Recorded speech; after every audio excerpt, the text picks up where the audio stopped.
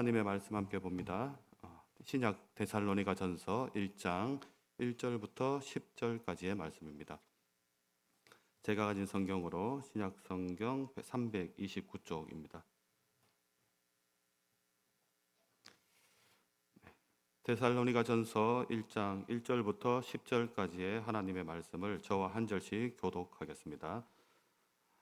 바울과 실로아노와 디모데는 하나님 아버지와 주 예수 그리스도 안에 있는 데살로니가인의 교회에 편지하노니 은혜와 평강이 너희에게 있을지어다.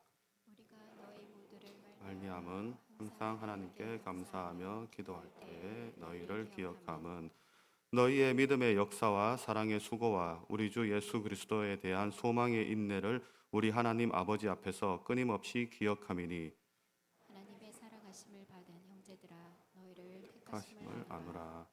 이는 우리 복음이 너희에게 말로만 이른 것이 아니라 또한 능력과 성령과 큰 확신으로 된 것이라. 우리가 너희 가운데서 너희를 위하여 어떤 사람이 된 것은 너희가 아는 바와 같으니라. 또 너희는 많은 환난 가운데서 성령의 기쁨으로 말씀을 받아 우리와 주를 본받은 자가 되었으니 그러므로 너희가 마게도냐와 아가야에 있는 모든 믿는 자의 본이 되었느니라. 주의 말씀이 너희에게로부터 마게도냐와 아가야만 들릴 뿐 아니라 하나님을 향하는 너희 믿음의 소문이 각처에 퍼졌으므로 우리는 아무 말도 할 것이 없노라. 그들이 우리에 대하여 스스로 말하기를 우리가 어떻게 너희 가운데에 들어갔는지와 너희가 어떻게 우상을 버리고 하나님께로 돌아와서 살아계시고 참되신 하나님을 섬기는지와 또 죽은 자들 가운데서 다시 살리신 그의 아들이 하늘로부터 강림하실 것을 너희가 어떻게 기다리는지를 말하니 이는 장래의 노하심에서 우리를 건지시는 예수시니라. 아멘. 네, 할렐루야. 예, 오후 예배에 함께 하시는 모든 분들을 환영하고 축복합니다. 우리 주님의 크신 은총이 가득하시기를 빕니다. 지난 한 주 우리 교회는 참 은혜 가운데 한 주를 잘 보냈던 것 같습니다. 신년 특별 새벽 기도회를 우리가 진행하면서 매일매일 새벽을 깨우고 참 많은 분들이 함께 하시면서 기도하는 모습을 보았는데 얼마나 귀한 은혜의 시간이었는지 모릅니다. 교회라는 주제로 우리가 새벽 기도를 진행할 때 우리 교회의 사명 선언문에 가진 의미를 확인하고 또 같은 제목으로 기도하면서 우리가 받았던 그런 은혜들을 다들 기억하실 것이라 믿습니다. 잊어버리지 말고 꼭 간직하시면서 살아가시는 동안 하나님으로부터 받는 힘으로 잘 살아가시기를 바랍니다. 그러면서 우리가 또 결단하고 기도했던 그런 것들을 기억하면서 우리가 또 함께 우리 교회 좋은 교회 만들어 가면은 참 좋겠습니다. 그래서 오늘 이제 교회 이야기를 좀 하나 하려고 이제 준비를 했습니다. 오늘 오전 예배 시간에 담임 목사님께서 안디옥 교회 이야기로 말씀을 전해 주시면서 은혜를 많이 나눌 수 있었는데요. 저는 데살로니가 교회 이야기를 좀 준비를 했습니다. 겹치지 않아서 얼마나 다행인지 모릅니다. 네. 사도 바울에게 데살로니가 교회는 참 큰 칭찬을 받는 교회였습니다. 그래서 오늘 이 말씀을 보시면서 데살로니가 교회에 무엇이 사도 바울로 하여금 그렇게 큰 칭찬을 하게 했는가 하는 것을 한번 좀 살펴보면서 우리 교회도 그렇게 칭찬받는 교회가 되면 좋겠다 하는 소망을 같이 한번 품어보길 바랍니다. 데살로니가 교회는 사도 바울이 2차 선교 여행을 하던 중에 세워진 교회인데요. 지도를 좀 보면서 설명을 드리겠습니다. 지금 나와 있는 빨간색 줄은 사도 바울이 2차 선교 여행을 떠났던 코스입니다. 오른쪽에 안디옥 교회에서 출발을 해서 튀르키예 여러 지방을 다니고 그렇게 복음을 전하려 했는데 성령님께서 사도 바울의 가는 길을 막으셨습니다. 지도를 조금 더 보여주십시오. 성령님께서 사도 바울이 진행하고자 하는 방향을 막으셔서 사도 바울이 원래 계획했던 대로 가지를 못하게 됩니다. 그래서 바다 쪽으로 가게 되고요. 서쪽 끝에 있는 드로아라는 곳에 도착을 하게 됩니다. 드로아에 도착했을 때 사도 바울은 이제 환상을 보게 됩니다. 바다 건너편에 그리스 쪽에 살고 있는 마게도니아 사람들이 이제 환상을 이제 보게 돼요. 이제 이쪽으로 건너와서 우리를 도와달라 하는 그 환상을 보자 사도 바울은 지체 없이 바다를 건너가게 됩니다. 그러면서 사도 바울이 하나님께서 우리를 이쪽으로 인도하신 것은 저들에게 복음을 전하라고 우리를 부르신 것이다. 그렇게 고백하면서 그 믿음을 가지고 바다를 건넙니다. 빌립보는 마게도니아 지방에서 아주 큰 성이었습니다. 이곳에서 복음을 전하는데 강가에 나가요. 강가에 나가서 자주 옷감 장사인 루디아라는 사람을 만나서 복음을 전하게 되고 그 여인의 집에서 이제 선교 본부 같은 곳을 이제 가지게 되죠. 그러다가 귀신 들린 여인도 고쳐주고 그런 이유로 감옥에 갇히게 되고 그런 여러 가지 일들을 겪습니다. 그렇게 이제 빌립보 교회가 세워지게 되는데 뭐 빌립보 교회 이야기는 이제 계속하면 너무 길어져서 빌립보 교회를 떠나야 되니까 이제 다음 교회로 이제 다음 지역으로 가게 됩니다. 빌립보에 이제 고생은 많이 했지만 이제 이곳에 좋은 사람들이 복음을 받아들이는 모습을 본 후에 서쪽으로 이렇게 또 이동을 하게 됩니다. 두 번째 지도를 또 하나 보여주시면 또 설명을 조금 더 드리겠습니다.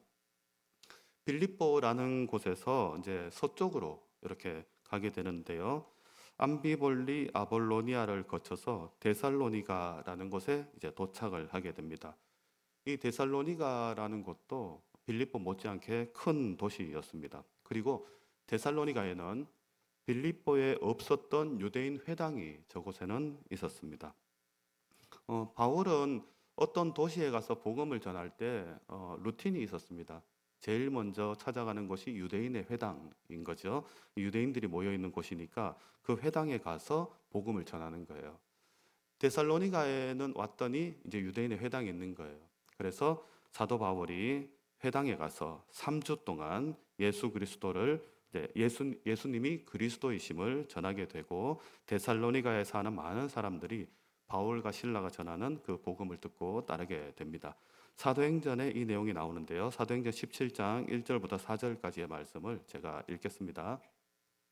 그들이 암비볼리와 아볼로니아로 다녀가 데살로니가에 이르니 거기 유대인의 회당이 있는지라 바울이 자기의 관례대로 그들에게로 들어가서 새 안식일에 성경을 가지고 강론하며 뜻을 풀어 그리스도가 해를 받고 죽은 자 가운데서 다시 살아나야 할 것을 증언하고 이르되 내가 너희에게 전하는 이 예수가 곧 그리스도라 하니 그 중에 어떤 사람 곧 경건한 헬라인의 큰 무리와 적지 않은 귀부인도 권함을 받고 바울과 실라를 따르나.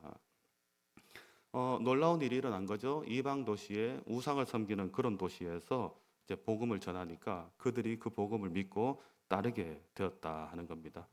뭐 물론 이제 그 당시에 그리스 로마의 많은 도시들이 그랬지만 뭐 데살로니가 역시도 제우스, 디오니소스 그리고 데살로니가 지역에 있는 민족 종교인 카비루스 같은 신들을 섬겼다 그런 기록이 있다고 합니다. 그런 유적들이 아직까지도 많이 남아 있는 그런 곳이었는데요. 그곳에 와서 유대인들이 모이는 회당에서 예수 그리스도의 복음을 전했는데 그 지역에 사는 사람들이 그 복음을 듣고 예수님을 받아들이는 그런 일이 일어난 거죠. 데살로니가에 사는 경건한 헬라인의 큰 무리 그리고 적지 않은 귀부인들이니까 아마 사회 지도층 인사들의 부인들 뭐 그렇게 보면 되겠죠. 그런 사람들이 복음을 듣고 따르게 된 것입니다.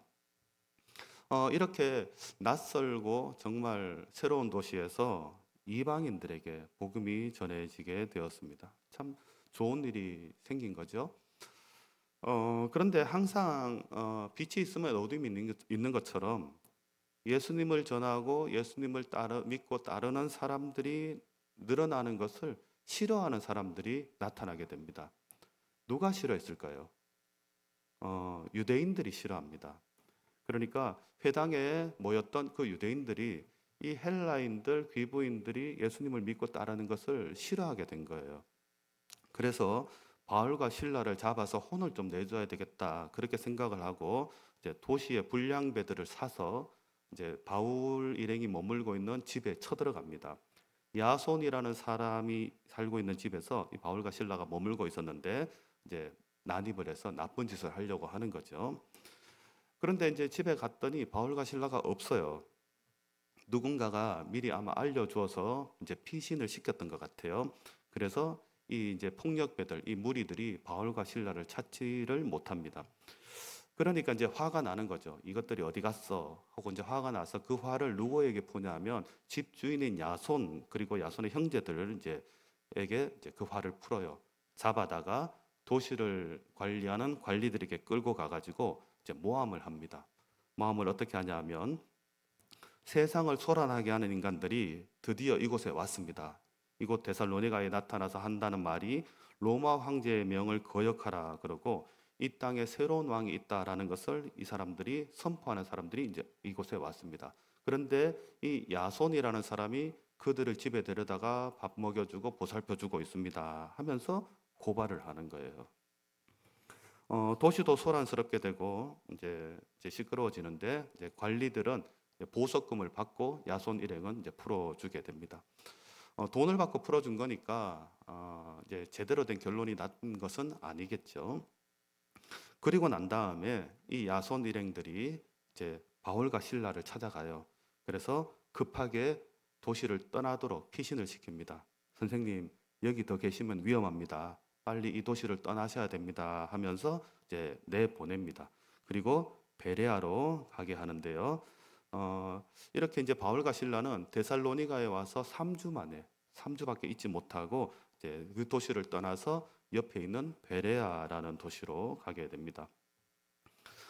베레아에 왔더니 이곳에도 이제 유대인의 회당이 있는 거예요. 그래서 그곳에 복음을 전하는데 성경의 표현이 참 재미있습니다. 베레아에 사는 사람들은 데살로니가와 달리 마음이 너그럽고 또 간절한 마음으로 성경을 받아들였다. 그렇게 말씀을 해요.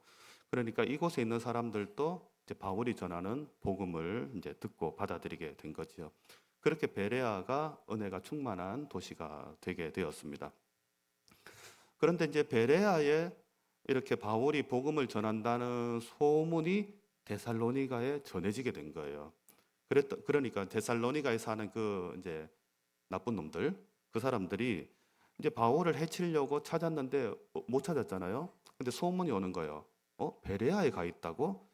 이놈들이 베레아로 도망갔단 말이야? 하면서 베레아로 쫓아오는 거예요. 이제 이 사람들이 이제 또 위급한 상황이 일어난 거죠. 그래서 바울이 여기서 베레아에서도 사람들의 도움을 받아서 이제 또 이동을 하게 됩니다. 두 번째 지도를 다시 한번 더 보시겠습니다. 베레아에서 어떻게 이동하냐면 배를 타고 급하게 이동을 해요. 그래서 이제 이제 아테네로 이제 이동을 하게 되는 거죠. 이때 이동을 할 때 굉장히 급하게 이동을 했는 것 같아요. 바울, 실라, 디모데 그렇게 일행이 있었는데 바울만 배를 타고 가고 실라와 디모데는 나중에 만나자 하면서 여기서 헤어지게 됩니다. 그러니까 상황이 아주 급했던 것 같아요. 그렇게 이제 아테네에는 바울이 이제 혼자 가게 됩니다. 그리고 이제 아테네에서 복음을 전하고 나중에 이제 고린도에 가서 또 복음을 전하게 되는데 고린도에서 헤어졌던 실라와 디모데를 만나게 됩니다. 바울이 이제 오랜만에 그들을 만나서 이제 안부도 전하고 이야기도 묻고 하면서 이제 이런저런 대화를 하다가 아마 바울이 물어봤겠죠. 그동안 잘 있었냐? 별일 없었냐? 그런데 데살로니가 어떠냐? 그렇게 아마 물어봤을 것 같아요. 3주밖에 있지 못하고 이제 야반 도주하듯이 너무 급하게 이제 도망치듯이 떠났으니까 바울에게는 아마도 데살로니가에 대한 미안한 마음이 아마 있었을 겁니다. 그럴 때 이제 실라와 디모데가 데살로니가 소식을 전해줘요. 어떻게 전해주냐면 데살로니가 교회가 아주 잘 있습니다. 유대인들의 박해는 계속 있지만 그 사람들이 교회를 잘 지키면서 말씀대로 잘 살아가고 있습니다. 라는 소식을 전해주게 되는 거죠. 바울의 마음이 어땠을까요? 행복했을 것 같아요. 너무너무 좋았을 겁니다. 그래서 그 자리에서 하나님께 감사하는 마음으로 데살로니가에게 편지를 쓰게 되는 건데 그 편지가 데살로니가 전서입니다. 데살로니가 전서 1장 1절부터 3절까지 말씀을 제가 읽겠습니다. 바울과 실로아노와 디모데는 하나님 아버지와 주 예수 그리스도 안에 있는 데살로니가인의 교회에 편지하노니 은혜와 평강이 너희에게 있을지어다. 우리가 너희 모두로 말미암아 항상 하나님께 감사하며 기도할 때에 너희를 기억하면 너희의 믿음의 역사와 사랑의 수고와 우리 주 예수 그리스도에 대한 소망의 인내를 우리 하나님 아버지 앞에서 끊임없이 기억함이니. 낯선 땅에 와서 복음을 전했잖아요. 참 아는 사람 하나도 없는 그곳에 와서 복음을 전했는데 그 사람들이 그 복음을 받아들이고 변하는 거예요. 같은 나라 사람인 유대인들은 그것을 시기해서 미워하고 그렇게 하는데 그 땅에 살던 사람들, 그 사람들은 바울이 전하는 복음을 듣고 변화하는 거죠. 자기를 해하려고 하는 사람들을 피해서 이제 바울이 급하게 도망치게 됐잖아요. 물론 이제 데살로니가 사람들이 선생님 빨리 피하십시오 해가지고 피한 것은 맞지만 그렇다 하더라도 너무 급하게 그 사람들을 그냥 내버려 두고 그 도시를 떠나온 것이 바울에게는 많이 미안하고 마음이 많이 걸렸을 겁니다. 그런데 좋은 소식을 들으니까 미안한 마음과 함께 또 고마움이 생기게 되겠죠. 데살로니가에 있는 사람들이 교회를 잘 지키며 믿음을 지키며 삽니다. 그런 소식을 듣게 되니까 그 바울의 마음이 얼마나 감격스러웠겠습니까? 함께 있어 주지도 못하고 지켜주지도 못하고 도와주지도 못하고 오히려 도움을 받고 왔는데 그런 좋은 소식이 오니까 정말 좋죠. 그 기쁜 마음을 가지고 사도 바울이 편지를 보내는 거예요. 그런 칭찬과 감사의 이야기가 데살로니가서의 이야기입니다. 3절에 보시면 사도 바울이 데살로니가 교인들의 세 가지를 기억한다 하는 그런 말씀을 하시는데요. 이 세 가지에서 유명한 단어 세 가지가 나옵니다. 고린도전서 13장에도 나오는 유명한 단어 세 가지죠. 믿음, 소망, 사랑. 데살로니가 전서에서는 이제 수식하는 단어와 함께 순서는 다르죠. 믿음, 사랑, 소망 이 순서대로 나오죠. 믿음의 역사, 사랑의 수고, 그리고 우리 주 예수 그리스도에 대한 소망의 인내. 그렇게 데살로니가 교인들에게 그 메시지를 전해 줍니다. 믿음의 역사, 믿음으로 일어난 일, 그것을 말하는 거겠죠. 유럽의 모든 도시들이 다 그랬겠지만 데살로니가도 많은 신들을 섬기던 그런 도시였습니다. 우상 숭배가 아주 당연한 도시였는데 그들에게 복음이 전해지자 그들이 하나님을 받아들이고 예수 그리스도께로 회심하는 일이 일어나게 되었습니다. 믿음의 역사가 그 교회에 나타나게 된 것입니다. 그 믿음의 역사로 이방 땅에 교회가 세워지게 되었습니다. 하나님을 믿는 믿음의 공동체가 나타나게 되었던 것입니다. 자, 그런데 여기까지는 좋은데요. 사람들이 일단 모이게 되면 거의 필연적이라고 해도 좋을 만한 일이 생깁니다. 그것이 갈등입니다. 사람들 사이에는 갈등은 어쩔 수가 없는 일인 것 같아요. 사람이 다 다르잖아요. 생각이 다르고 행동이 다르고 말이 다 다릅니다. 스타일이 다르고 살아가는 방식이 다 다릅니다. 사람들이 모이면 필연적으로 그런 일은 나타나게 되어 있습니다. 나와 다른 사람들이 함께 어울려 살아가야 되는데 어떻게 갈등이 없겠습니까? 그럼 그런 갈등이 생기고 불화가 생긴다면 어떻게 해야 되는 걸까요? 너 나와 다르니까 너 내 스타일에 맞춰. 내가 하라는 대로 해. 너 그거 잘못된 거야. 우리는 원래 이렇게 해. 바꿔. 그렇게 해야 되는 걸까요? 내 스타일에 맞추도록 상대방에게 강요하고 억압하고 그래야 하는 걸까요? 교회는 그래서는 안 되겠죠. 교회는 양보하고 배려하고 손해보고 그래야 하는 것입니다. 그래야 교회가 유지가 됩니다. 교회가 지켜지게 되는 것입니다. 사람들이 적을 때는 괜찮습니다. 몇 사람 안 모일 때는 괜찮은데 많은 사람들이 모이게 되면 불편한 일이 생기게 됩니다. 그때에 교회는 그 불편함을 메꾸어 줄 수 있는 사랑의 수고가 필요합니다. 교회에 오면 좋습니다. 날씨가 지금 아무리 추워도 교회 건물 안에 있으면 따뜻합니다. 여름에는 시원합니다. 우리 교회는 1층에 가면 커피와 아이스크림을 마음껏 먹을 수가 있습니다. 깨끗한 화장실이 있고 엘리베이터도 있고 편안한 환경이 우리에게 허락되어 있습니다. 이 모든 것들은 하나님의 은혜이면서 동시에 누군가의 수고라는 것을 우리가 잊으시면 안 됩니다. 누군가가 불편을 감수하고 다른 사람을 수고함으로 감당하기 때문에 이 모든 것들을 우리가 누릴 수가 있는 것입니다. 그것을 안다면 우리 각자가 그 수고를 감당할 수 있어야 됩니다. 아이들을 보면 우리가 이제 그걸 다 배우잖아요. 아이들을 보면 처음에는 부모의 희생이 아이들에게는 당연한 것입니다. 그러나 아이가 자라고 철이 들면 부모의 희생이 당연한 것이 아니다라는 것을 알아야 됩니다. 그것이 성숙한 사람이 되는 것입니다. 그래서 가끔 나이가 못하는 사람들을 볼 때가 있습니다. 딱 이거예요. 자기만 아는 사람, 나만 편하면 된다고 생각하는 사람, 다른 사람이 나 때문에 힘들어하든 불편해하든 아무 상관없는 사람.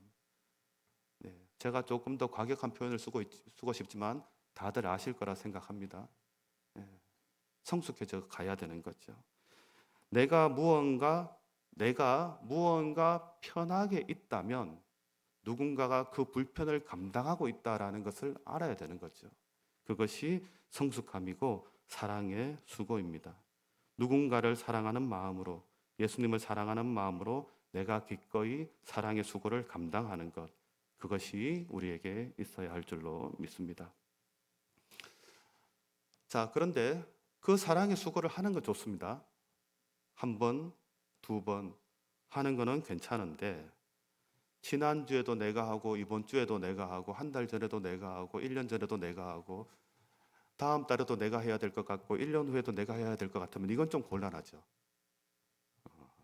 계속 해야 된다면 그렇다면 문제가 생길 수가 있습니다. 나는 이렇게 수고하는데 저 사람은 도대체가 생겨먹은 게 왜 저 모양인지 알아주지도 않고 맨날 자기 편한 대로만 행동하고 나는 늘 표도 안 나는 수고를 하면서 알아주는 사람 하나 없고 그런 마음이 들 때가 있습니다. 어떻게 해야 될까요? 계속 그 사랑의 수고를 계속할 수 있겠습니까? 있습니다. 아무도 몰라줘도 아무도 알아주지 않아도 사랑의 수고를 계속할 수가 있는 것은 예수 그리스도를 향한 소망의 인내가 있으면 감당할 수가 있습니다.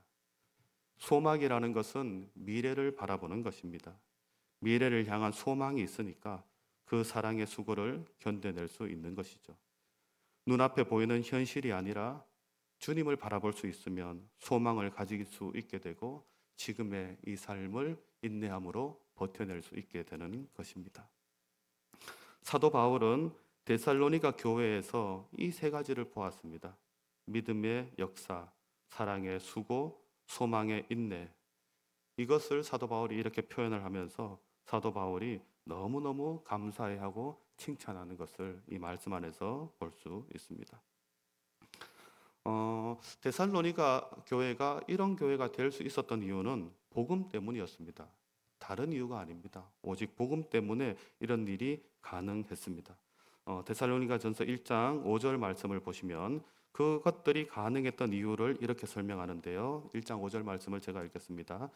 이는 우리 복음이 너희에게 말로만 이른 것이 아니라 또한 능력과 성령과 큰 확신으로 된 것임이라. 여기까지만 읽겠습니다.